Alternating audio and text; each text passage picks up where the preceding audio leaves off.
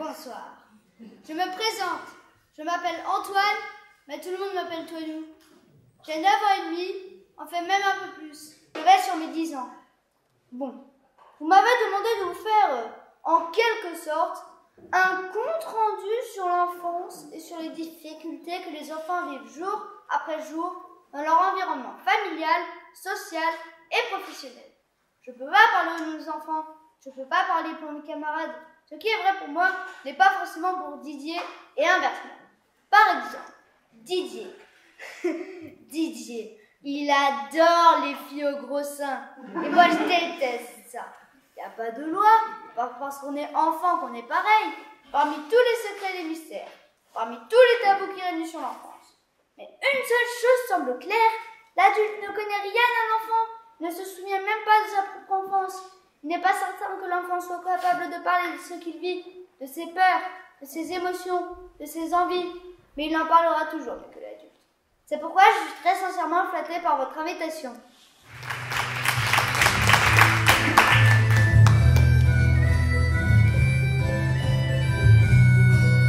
Allons voir puisqu'elle nous réclame, allons voir ce que demande la foule.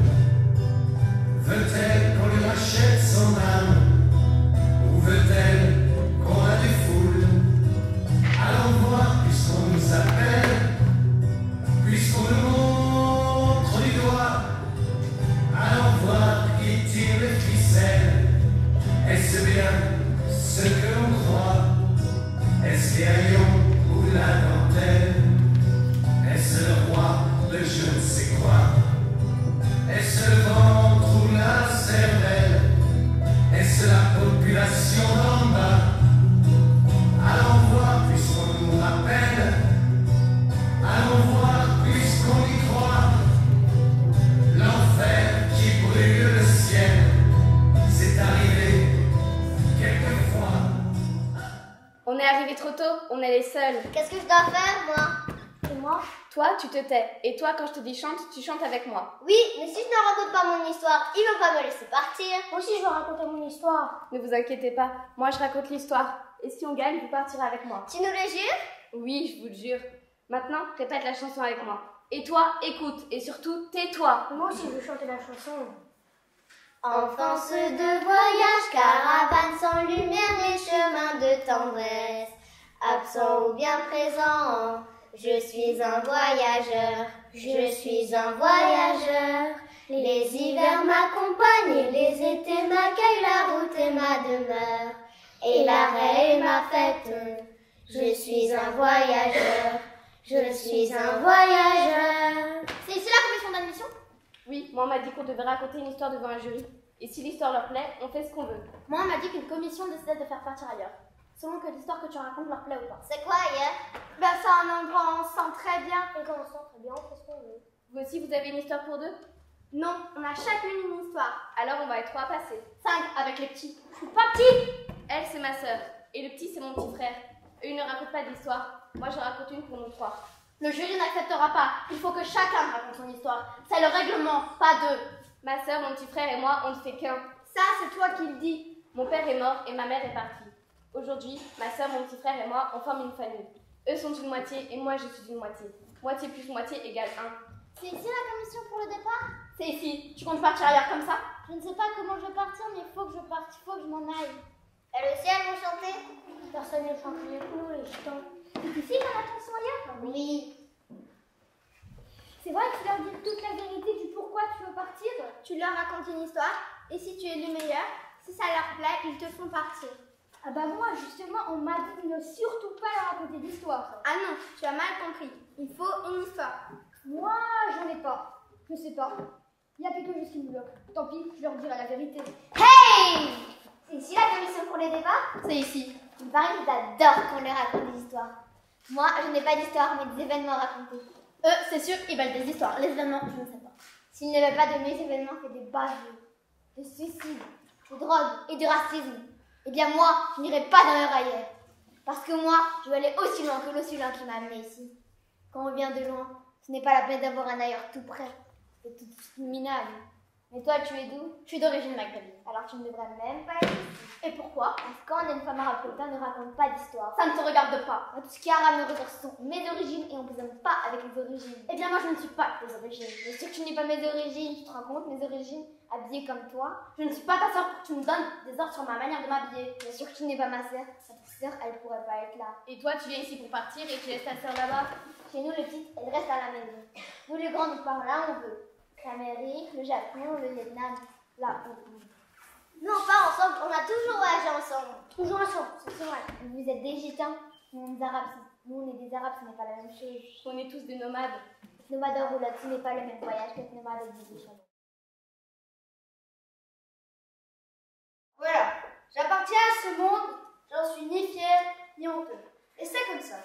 Et je vais essayer de vous éclairer sur cet animal préhistorique qui vous échappe, qui vous fait peur, que vous vous dressez, et que vous descendez, que vous le vouliez, oui ou non.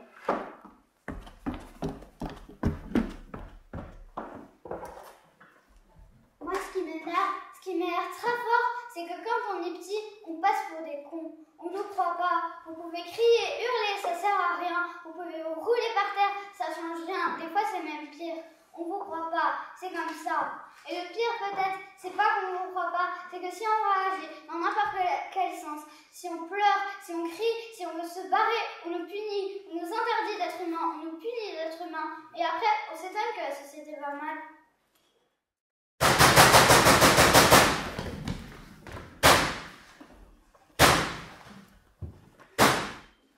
La séance est ouverte. C'est quoi ces gens déguisés? C'est la commission d'admission. La commission d'admission. Pourquoi on va passer un examen? On veut pas passer des examens. C'est à eux qu'on va raconter notre histoire. Lequel de vous trois commence? Moi, Nous t'écoutons. je suis née au milieu des lumières des fêtes foraines. Et j'ai grandi dans les autotamponneuses, heureux comme un enfant né pour vivre en vacances. Mon père, je lui disais tout, il me disait tout. Même quand je volais une mobilette, je lui disais « Tiens, regarde, je l'ai volée ». Il ne m'a jamais frappée. On ne s'est jamais disputé. Il adorait que j'existe. Quand j'avais 10 ans, mon père avait l'âge du monde pour moi. C'était l'époque où les gens du voyage étaient heureux. On faisait toutes les foires. Notre camp avait sa place dans chaque village et le manège aussi. C'est quoi le manège? C'est la machine qui rend les enfants heureux. Continue s'il te plaît.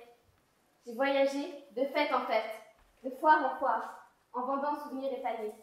Mon père m'a tout appris, à vendre, à réparer les machines, car notre métier était notre seul héritage. Quand l'un d'entre nous mourait, on brûlait sa caravane et on continuait le voyage avec son métier. C'est quoi le métier? La machine avec les lumières. Je continue. Oui, continue. C'est ainsi que mon père s'est éteint. Au bout d'une cuite, au bout d'un voyage, au bout d'une vie, au bout du soleil. Mais si tu es tout le temps en voyage, pourquoi veux-tu aller ailleurs? Parce que ma mère, à la mort de mon père, a tout vendu à mon oncle. Mon oncle me payait mal. Je ne retrouvais plus dans les fêtes le goût de mes premiers jours. Perdue, j'ai pris la route. Je m'égarais au fond de moi-même. Je suis partie, avec ma sœur et mon frère, vers le soleil, vers mes ancêtres, vers la trace de gens qui, par nature, ne laissent aucune trace. On ne peut pas partir sur la trace de gens. Par nature, n'aime pas de trace. Il est évident qu'il n'y a aucune raison de l'habiter ailleurs. Bien sûr que si, j'ai une raison. Alors dis-la. Un jour, j'ai rêvé de mon père. Il était sur un grand cheval blanc. Il galopait autour de moi en riant. Il avait les yeux rouges et les cheveux verts. Et dans mon rêve, j'ai hurlé « Papa! Papa !» Et le cheval s'est cabré en jetant mon père à terre. Alors j'ai couru vers lui. « Papa! Papa !» Mon père, il n'a pas bougé. Et il m'a dit « Reste pas là. Protège ta sœur, protège ton frère et pars ailleurs. » C'est ta raison. Oui, c'est sa raison. Alors, au suivant.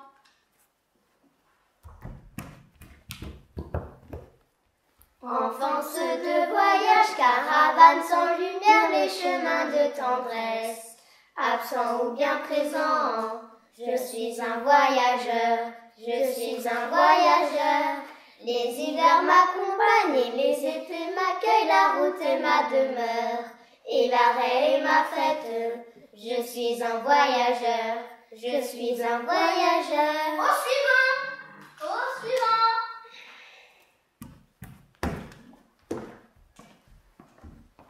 Je voudrais vous dire qu'écrire, c'est mon problème. Mon maître, à l'école, Il voulait tellement que j'apprenne qu'il me tapait dessus. Je crois que c'est à cause de ça que j'ai jamais appris à écrire.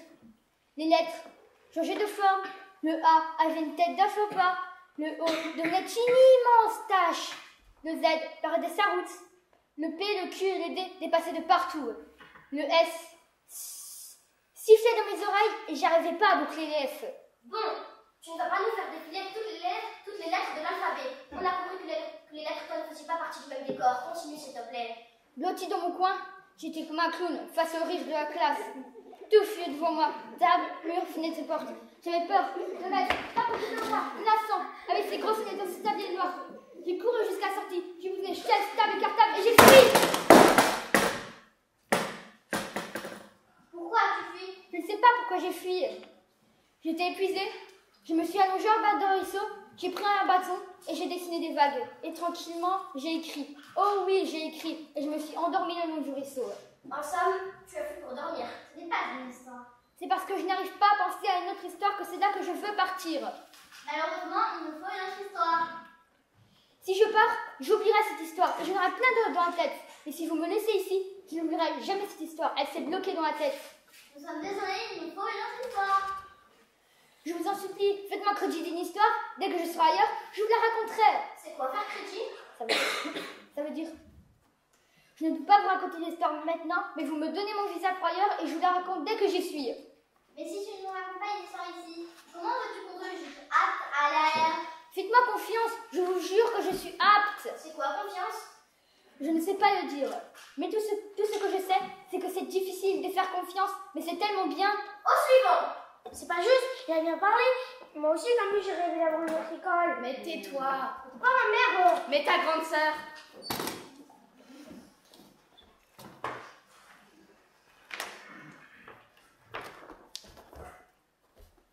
Tout a commencé normalement. Un mariage normal, une vie conjugale des plus normales, accompagnée d'une maternité qui allait me donner naissance. Naître est une chose, grandir en est une autre. Gravir les jours dans la tranquillité de la vie quotidienne demanda beaucoup d'efforts à la petite fille que j'étais. Car, de la vie, je ne savais rien. Il fallait tout apprendre, à manger, à marcher, et enfin à me mettre debout et à dire 2 mots qui me ressemblent. Dans ma chambre, au fond du couloir, parmi les joies étalées sur le sol, j'étais assise, tétanisée, par les hurlements auxquels je n'y comprenais rien. J'étais au milieu d'un enjeu, au centre des cris dans un tourbillon de violence. Un divorce, c'est pas un divorce. Le divorce de mes parents m'a rendue malade. Et maintenant, tu es guérie? Non, pas encore. Tu reviendras quand tu seras guérie. Mais justement, je comptais sur mon départ en l'heure pour pouvoir guérir. Mais ailleurs, ce n'est pas une thérapie. Au suivant! C'est quoi une thérapie? Mais chut, tu vas nous faire remarquer. Moi, je suis venue parce que je suis sûre que mes parents ont à la guerre au lieu d'aller au travail. La guerre, c'est du courage. Le travail, c'est de la fatigue. Ce n'est pas la même chose. Mes parents ne manquent pas de courage, ils sont infatigables. C'est bien ça qui m'inquiète. Tu peux avoir du courage et ne pas faire la guerre. Comment c'est tout ça? Je les soupçonne depuis longtemps. Tu soupçonnes tes parents? Non, pas mes parents, ce n'est pas leur faute, c'est le monde qui est comme ça. S'il y avait une guerre, tout le monde serait en guerre. Tout le pays serait en guerre. On peut pas faire une guerre seul, tes parents seuls. Moi, je crois que tous les adultes sont en guerre depuis longtemps, mais que nous ne le savions pas. Comment ça? Vous connaissez la guerre économique? Non. Moi, je connais la guerre atomique, pas la guerre économique. La guerre économique est une guerre qui ne se voit pas. Et toi, comment tu l'as vu? Mon père travaille à la banque. Tous les soirs, il rentre et dit à ma mère. Aujourd'hui, j'en ai vu 12 se faire descendre. J'en ai récupéré 3. Et qu'est-ce que ça veut dire? Code secret. Et alors? Puis, il s'enfermait dans son bureau et travaille sur un micro-ordinateur.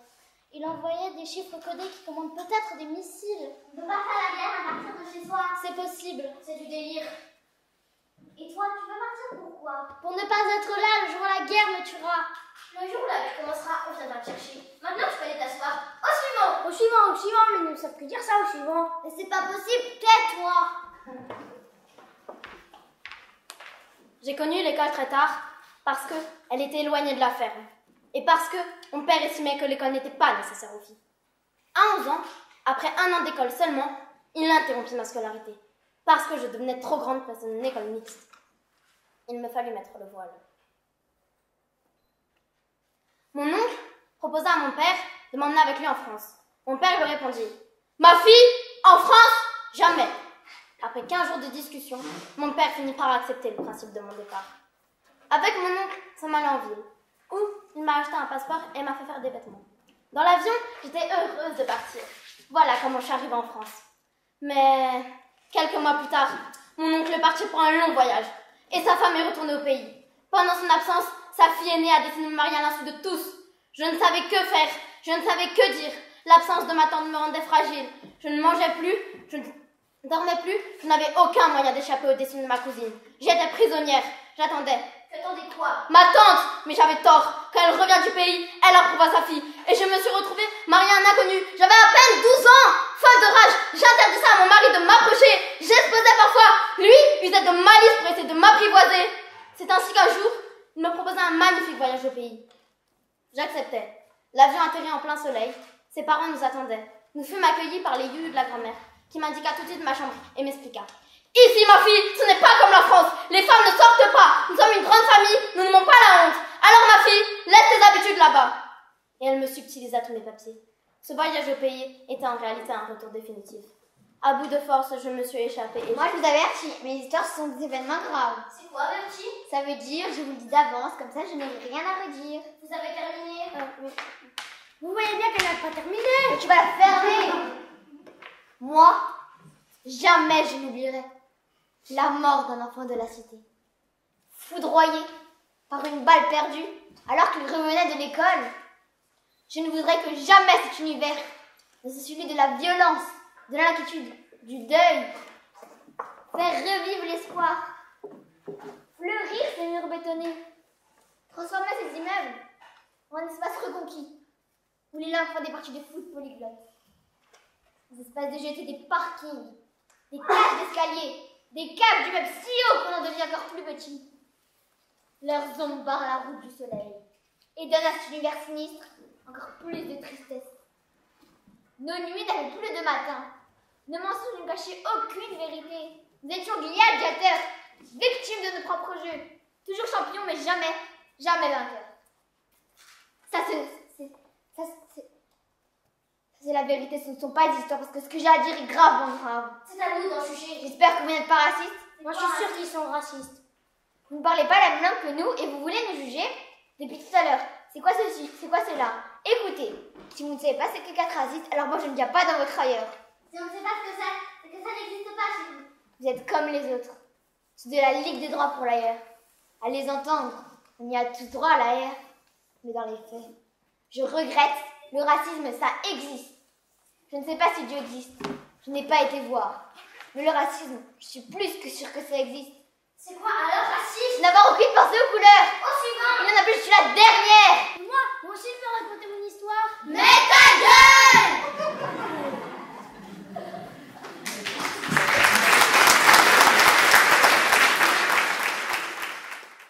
Moi, j'ai hâte de grandir. Il y a plein de trucs qui m'attirent vachement.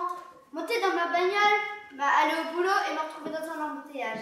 Je serais vachement fière. Ou alors, dire à ma femme qui serait extrêmement jolie. Alors, chérie, on a reçu la feuille d'impôt. Et là, je prendrai un air très sérieux comme papa il fait. J'irai m'enfermer dans mon bureau où ma femme viendra me rejoindre. Mais là, je ne ferai pas comme papa. Je laisserai la porte ouverte. Et j'ai d'avoir de la barbe, me raser, boire du vin, du whisky, fumer aussi, me coucher très tard, devant la télévision, une boîte de chocolat et la télécommande pour moi tout seul. Ouais, c'est un truc que je voudrais vraiment.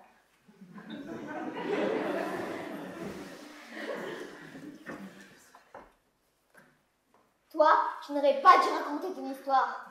Tu racontes que chez nous, il y a des trafiquants. Comme ça, eux, ils deviennent encore plus racistes.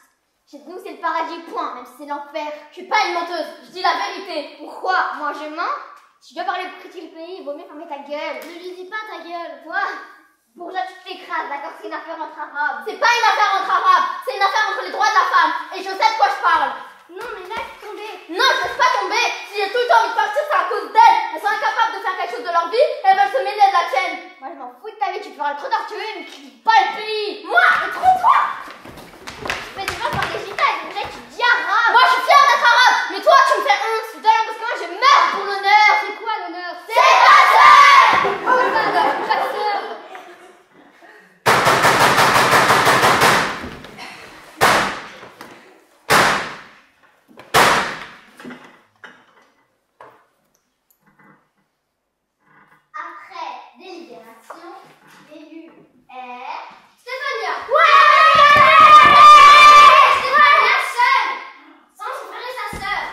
Ce n'est pas possible. Je ne peux pas abandonner mon frère et ma sœur. C'est le règlement. Quelle est la décision du jury? Si c'est votre règlement, je ne peux pas partir. Mais tu dois partir. Mais qu'est-ce que c'est que ce cirque? On est venu pour partir ailleurs, en famille, et on se retrouve coincés ici. Coincés ici, Stéphania, elle va partir sans nous. Nous, on t'a gardé les règlements. Même pour rêver, il y a un règlement. Moi, je suis d'accord avec Stéphania. Elle ne veut pas partir sans sa famille. Moi, je suis d'accord avec elle. Chez nous, les gitans, on ne laisse pas tomber nos frères et nos sœurs. C'est aussi notre règlement. Alors, tu voudrais rester chez toi avec ton frère et ta sœur. Mais on a le droit d'avoir envie d'aller ailleurs. Dans ce cas, vous devez respecter les lois d'ailleurs. Mais c'est pas juste, si je veux partir, c'est surtout pour elle et lui. Moi, à la limite, je pourrais toujours me débrouiller ici. On arrête cette discussion qui ne rime à rien. J'ai une histoire à raconter, écoutez-moi. C'est trop tard. Nous, on veut partir avec Stéphania. Laissez-moi raconter mon histoire. Si vous ne laissez pas raconter son histoire, on fait la crêpe de la faim. C'est quoi la fin? C'est quand on a rien dans le ventre, si vous savez pas. Installé aux abords de la ville, entre autoroute et rivière, notre camp, avec ses caravanes blanches plaçant en rond, ressemblait, en ce petit matin d'hiver, à un camp de vacances oublié par l'été. Les lumières fragiles luttaient contre la brune épaisse. Mon père me réveilla brutalement et me remit les 5 paniers que je devais vendre obligatoirement tous les jours. Ils n'étaient pas lourds, mais encombrants, les pieds dans la boue. Je luttais contre le brouillard qui s'agrippait à mes cheveux non démêlés du sommeil. Il y avait des jours de chance et d'autres de malheur. Ce jour-là, ma voiture a glissé sur le gel, a dérapé, écrasé mes paniers et m'a projeté contre le mur. Je me suis réveillée au service de l'urgence, branchée à une bouteille de sérum et un tuyau dans le nez, relié à l'oxygène. Mon regard affaibli était trouble. Tout était flou, j'avais mal et j'avais peur. Pourquoi tu avais peur? Je sais pas, je cherchais dans cette chambre mal éclairée mes paniers, quand d'un coup, je voyais un homme qui empêchait la porte. Mais c'était mon père. Mais j'avais mal, j'avais encore plus peur. Mais c'était ton père, cela aurait dû t'en rassurer. Je sais pas, sa voix avait changé. Et tout d'un coup, il s'est approché de moi et il m'a embrassé. Je ne sais pas ce qu'il m'a pris, mais je lui ai mordu l'oreille. Tu lui as mordu l'oreille. Parce que c'était la première fois qu'il m'embrassait. Elle est belle son histoire, non? Le sens de tout ça, c'est qu'un jour, les enfants seront libres. Un jour, ils ne seront plus vos esclaves. Un jour, ils ne seront plus vos souffres-douleurs, vos jouets secrets, vos objets de luxe à montrer un beau monde, à exposer dans les galeries. Ils ne seront plus des adultes miniatures, tellement naïfs, tellement mignons. Ils ne seront plus des petites machines performantes, bien huilées, qui tournent en rond et récitent 300 mots à la minute. Non, un jour, les enfants refuseront d'être vos chiens, vos singes. Ils deviendront des tigres, des lions, des éléphants. Ils échapperont à tout ce que vous avez voulu pour eux. Ils seront ailleurs, autrement, autre chose. Ils seront libres.